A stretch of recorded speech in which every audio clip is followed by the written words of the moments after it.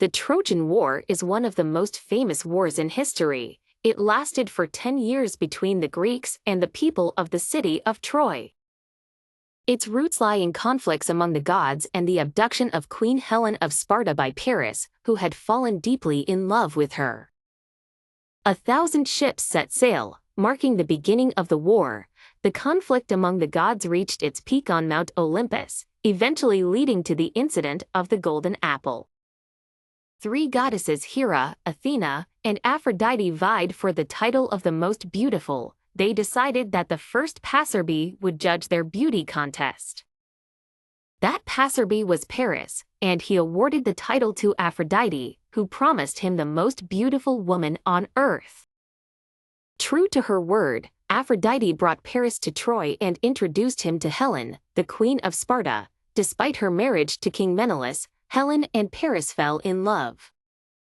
Helen agreed to elope with Paris, and he took her to Troy. Outraged, the Greeks considered this an abduction and a grievous insult to their honor.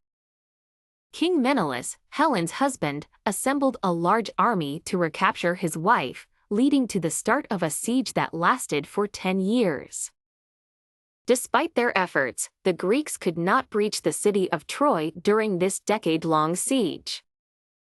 In the final year of the war, the Greeks faced demoralization when their bravest warrior withdrew from the battle.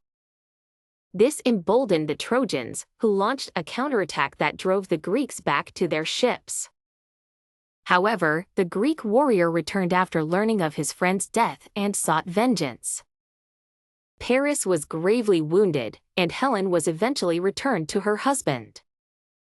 The turning point of the war came through a cunning Greek military strategy involving the Trojan horse. The Greeks hid soldiers inside a large wooden horse, which the Trojans, despite warnings from the oracle Alexandra, brought into their city, believing it to be a gift. This allowed the Greeks to open the gates of Troy from within, leading to its ultimate defeat and the restoration of Queen Helen to her husband.